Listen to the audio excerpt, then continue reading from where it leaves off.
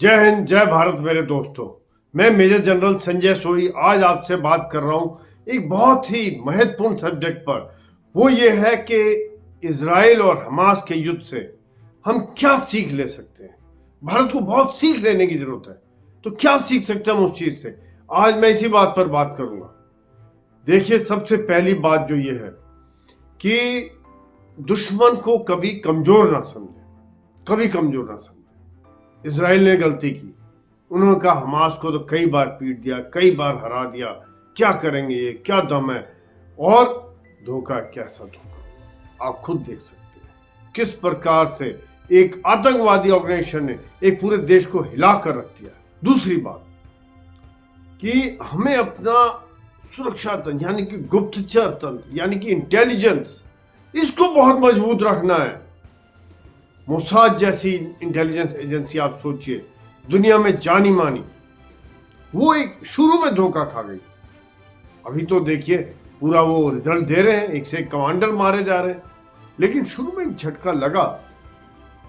तो यहां पर दो तीन बातें मेरे दिमाग में आती हैं इससे संबंधित। वो ये हैं कि एक तो कमांडर्स को अपना माइंड ओपन रखना पड़ेगा, निष्पक्ष तौर पर उनकी रिपोर्टें देखनी पड़ेंगी, लीडर्स को, कमांडर्स को, क्योंकि रिपोर्ट आ रही थी, रिपोर्ट मिल रही थी, खबर मिल रही थी। लेकिन हमास ने इस प्रकार से दिमाग में फॉग क्रिएट किया, इस प्रकार से बातें की कि हमारे बस का कुछ नहीं है जी, हम तो दोस्ती चाहते हैं, हम नौकरी चाहते हैं, हम चाहते हैं हमारी अगली जनरेशन अच्छी हो।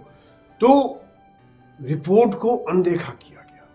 और इसी से संबंधित एक छोटी सी बात और है कि इंटेलिजेंस एजेंसीज कई होती हैं देश में, बहुत सारी इंटेलिजेंस एजेंसीज होती हैं। तो वहां पर उनमें कंपटीशन ना हो आपस में, एक छाते के नीचे सब खड़े हो। कई बार होता है ब्रेकिंग न्यूज वाली कि भैया मैंने पहले बताया, मैंने सबसे पहले बताया, मैं क्रेडिट ले लूं। तो कहीं ना कहीं एक ऊपर अम्ब्रेला है, छत है, जहां पर सब इनपुट इकट्ठे हो रहे, एनालाइज किया जा रहा है और उसके बाद उसके ऊपर फैसला लिया। ये सब इंटेलिजेंस होने के बाद हम ये नहीं कह सकते कि किसी ने हमारे पीठ पर छुरा घोंपा। जब भी भारत का युद्ध हुआ, यही काम ने पीठ पे छुरा घोंप दिया।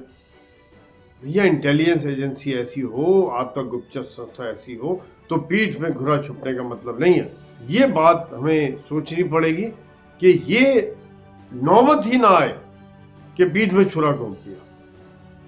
अगला लेसन वो है कि खाली टेक्नोलॉजी पर भरोसा ना करें, खाली टेक्नोलॉजी पर, क्योंकि खाली टेक्नोलॉजी पर रखा तो देखिए किस प्रकार से इजराइल ने इतना हाईटेक फेंस बनाई हुई थी, दीवार, सीसीटीवी कैमरे लगे हुए हैं, ऑटोमेटिक सेंसर्स लगे हुए हैं, जैसी कोई मूवमेंट हुई किसी ने पत्थर भी फेंका तो फटाफट क्यूआरटीन की हमवी पे आ जाती थी, ऑटोमेटिक फायर चालू हो जाता था, ड्रोन लॉन्च हो जाते थे, हर चीज का तोड़ निकाल लेगा। इसलिए जहां भी आप ऑब्स्टिकल सिस्टम क्रिएट करें, उसको नजर के नीचे रखना बहुत जरूरी है। हमारा भारत में ये है, पर हमारा टेक्नोलॉजी काफी इंप्रूवमेंट हो गई है, लेकिन अभी और जरूरत है। मैन पावर हमारे पास बहुत है, एक टेक्नोलॉजी को और इम्प्रूव करने की जरूरत है। मेरी ये विचारधारा है कि हमें हमेशा आक्रामक रहना चाहिए, आक्रामक, क्योंकि आक्रामक रहते हैं तब हम कुछ ना कुछ उसके ऊपर हमला कर सकते हैं। दुश्मन पास नहीं आ सकता है, उसको पास ना आने दें। यदि वो बहुत ज्यादा पास आ जाता है तो फिर देखा जाए तो देखता रह सकता है हमारे डिफेंसेस को, हमारी उनको धीरे धीरे उसका कोई तोड़ निकाल लेता है। तो जो है हमारे काफी दूर तक का इलाका हमने डोमिनेट कर रहा है। दूसरी बात यह कि इससे पहले वो कुछ करे, उसको वहीं तोड़ दो, वहीं खत्म कर दो। और इसी से संबंधित अगली बात है कि अगर उसने कुछ किया तो उसको ऐसी सजा मिले, ऐसी सजा मिले कि आगे याद रखें, पुश्ते याद रखें। जैसे कि इजराइल का एक दहिया डॉक्ट्रिन है कि अगर कोई एक थप्पड़ मारता उसको 10 थप्पड़ मारिए, यानी कि अगर किसी ने आपके साथ थोड़ी गड़बड़ की तो उसको इतनी भारी सजा दीजिए कि उसको एक तरह से आगे दोबारा करने के पहले 10 बार सोचे। और ये बात मैं ये मानता हूँ, अब हमारी विचारधारा में ये चीज आ गई है, भारत में ये बात आ गई है। पहले हमने चाहे देखा उड़ी स्ट्राइक हो, बालाकोट हो, या चाइना के साथ गलवान हो, जहां पर हमने अपनी इस विचारधारा का परिचय दिया है, तो जो कि बहुत जरूरी है। अगली बात मैं जो पॉइंट था वो ये था कि हमारी जो अगली लड़ाई है वो बिल्ट अप एरिया में, यानी कि घरों में, गांव में, इस प्रकार से होगी। पहले बहुत खुला जमीन होती थी, राजस्थान, पंजाब, अगर लड़ाई हो रही है। लेकिन अब जिस प्रकार से भारत पाकिस्तान दोनों ही घनी आबादी वाले देश हैं, तो यहाँ पर हमें तैयार रहना पड़ेगा कि बिल्ट अप इलाके में किस प्रकार से लड़ाई लड़नी है। आप देखिए कि रशिया का जब युद्ध हो रहा था यूक्रेन के साथ जो चल रहा है, वहां पर भी बखमुट की लड़ाई कम से कम 9 महीना चली। यहाँ पर भी इजराइल अभी तक नहीं घुसा है, क्योंकि वो भी सोच रहे हैं कि बिल्टअप एरिया में किस प्रकार से पहले पूरा खत्म करके तभी जाएं। बहुत कठिन लड़ाई होती है, खिड़कियों से लड़ाई, दरवाजों से लड़ाई, गली गली की लड़ाई, mine, booby trap, sniper, tunnels, हर तरह का झगड़ा रहता है। उसके अलावा जैसे अब देख रहे हैं हमास एक आम जनता को ढाल के तौर पे इस्तेमाल कर रहा है। अगला जो पॉइंट है वो इंपॉर्टेंट पॉइंट है, वो है कि सेकंड स्ट्राइक कैपेबिलिटी। देखिए इजराइल के ऊपर हमला हुआ, एक झटका लगा, लेकिन उसके बाद वो खड़े हो गए और फिर जो मार रहे हैं वो बहुत जरूरी। जैसे बॉक्सिंग में कई बार एक बॉक्स लगा ना, तो जो गिरा विनर आखिर में वही होता है जो गिरकर खड़ा हो और फिर दोबारा मारे दबा के। तो ये बात बहुत जरूरी है कि सेकंड स्ट्राइक कैपेबिलिटी, उसके लिए पूरी प्लानिंग हो और एक कंटिजेंसी इस तरह की बनी हो, और उसके बाद ऐसी मार मारने में सक्षम हो कि दुश्मन याद रखे। अगली बात जो मैं कहना चाह रहा था वो था कि कई फ्रंट पर वॉर लड़ने के लिए हमें तैयार रहना चाहिए। देखिए इजराइल कई फ्रंट्स पर लड़ रहा है, चाहे हमास हो, हिजबुल्लाह हो, सीरिया हो, जॉर्डन में आतंकवादी हैं, हूथी आतंकवादी हैं, ईरान है, टर्की है, कई देश जो चारों तरफ से घिरा हुआ है, वहाँ पर कई फ्रंट पर लड़ रहा है। और हमारे साथ भी इस समय में सिचुएशन ऐसी है कि हमारा भी तकरीबन 2.5 फ्रंट तो है ही है, पाकिस्तान, चाइना और कुछ आतंकवादी ऑर्गेनाइजेशन। इसके अलावा एक छोटा सा फ्रंट और भी, जो हमारे अंदर भी कुछ ऐसे बैठे हुए जयचंद, जिनके बारे में हमें सोचना पड़ेगा। तो ये बात जो है हमें भी इस तरह की तैयारी रखनी है। भारत पूरी तरह से तैयार है डिफरेंट फ्रंट्स पर लड़ने के लिए, पर यह बात पूरी देश को समझनी होगी कि अगर लड़ाई होती है तो हमें तैयार रहना पड़ेगा कई फ्रंट्स पर लड़ने के लिए। हमने देखा है कि किस प्रकार से जो इजराइल की लड़ाई हो रही है वो पूरा कोऑर्डिनेटेड चल रहा है। पहले हमास ने भी जो हमला किया वो कोऑर्डिनेटेड था कि फेंस तोड़ी, उसके बाद हवा से आए, जमीन से घुसे, समुद्र से घुसे, और जब उनका बदला लिया जा रहा है वहां भी तीनों तरफ से हो रहा है। जमीन से अभी तैयार बैठे हैं, लेकिन वहां से आर्टिलरी वगैरह बम्बार्डमेंट चल रहा है, मोर्टर चल रहा है, हवा के द्वारा बम्बार्डमेंट हो रहा है, समुद्र से शेलिंग चल रही है, वहां से तैयारी बैठी, घेराबंदी किया हुआ है। तो यानी कि पूरा लड़ाई जो है वो कोऑर्डिनेटेड लड़ाई होती है। आज की तारीख में कोई अकेला लड़ाई नहीं लड़ सकता है। तो यही कारण है कि जो लड़ाई को हमें, जो थिएटर कमांड वाला कंसेप्ट है वो बड़ा जरूरी है, बहुत इंपॉर्टेंट है, जिसके ऊपर हम लोग पहले से काम कर रहे हैं और इसमें काफी आगे बढ़ चुके हैं।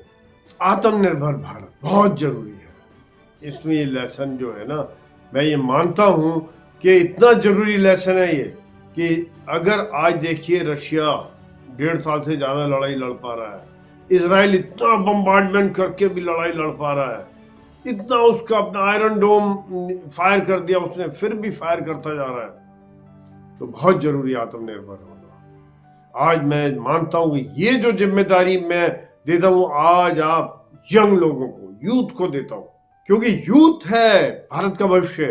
50% जो आबादी है ना भारत की, वो 25 साल से कम है, 35 साल से कम वाली जो उम्र है वो 65% है।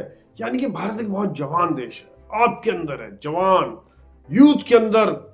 अगर भारत को कहां ले जाना है वो आपके ऊपर निर्भर करता है, आपके ऊपर।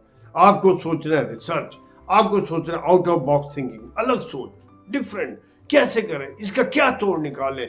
चाहे किसी भी क्षेत्र में हो आप, जरूरी नहीं कि डिफेंस के क्षेत्र में हो, डॉक्टर हो, इंजीनियर हो, टीचर हो, जान लगा दें और सोचें क्या नया करूंगा, क्या नई चीज लेके। ये बड़ा जरूरी है आज हमारे भारत के लिए, हमारी इकोनॉमी के लिए, हमारे को आत्मनिर्भर होने के लिए।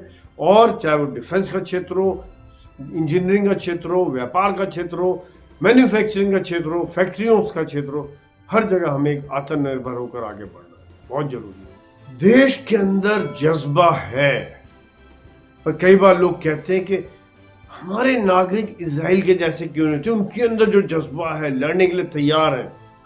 मैं ये मानता हूं कि हमारे अंदर भी उनसे ज्यादा जज्बा है, एक बार नहीं, कई युद्धों में देख लिया मैंने कि जब कारगिल हुआ या 71 वॉर हुआ या श्रीलंका हुआ, जब भी जरूरत पड़ी देश का एक एक आदमी आगे आया। मैं तो बहुत हैरान हूं, तो कारगिल युद्ध के समय में गांव से छोटे छोटे लोग, गरीब आदमी, किसान आदमी लाइन लगी हुई है दान देने के लिए कि किस प्रकार से इस समय में कैसे हम जोड़ें, हम किस प्रकार हिस्सा बने, कुछ भी देने के लिए तैयार थे।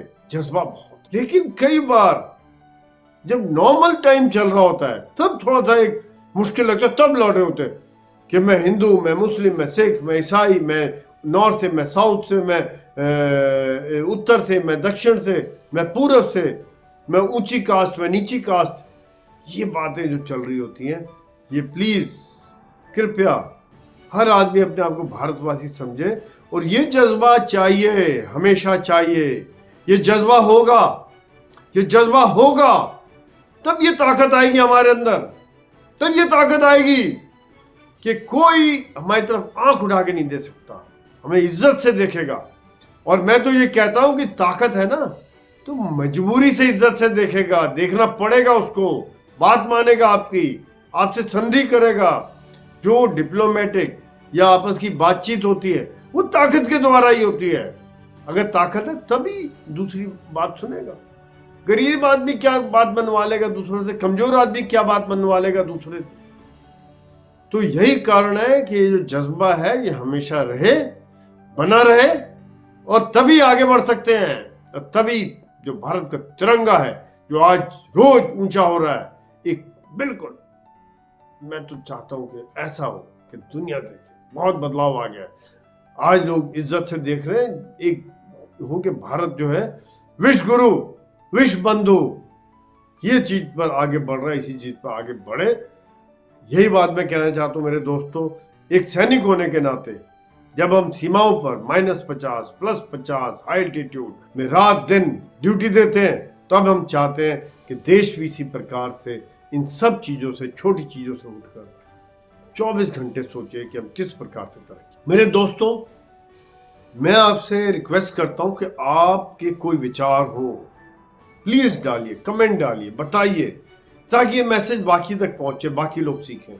आपकी अपनी सोच वहां पे दिखाई जाएगी, आपकी सोच पता चलेगी लोगों को। तो कृपया आप अपने विचार डालिए, कमेंट्स डालिए। बहुत बहुत धन्यवाद।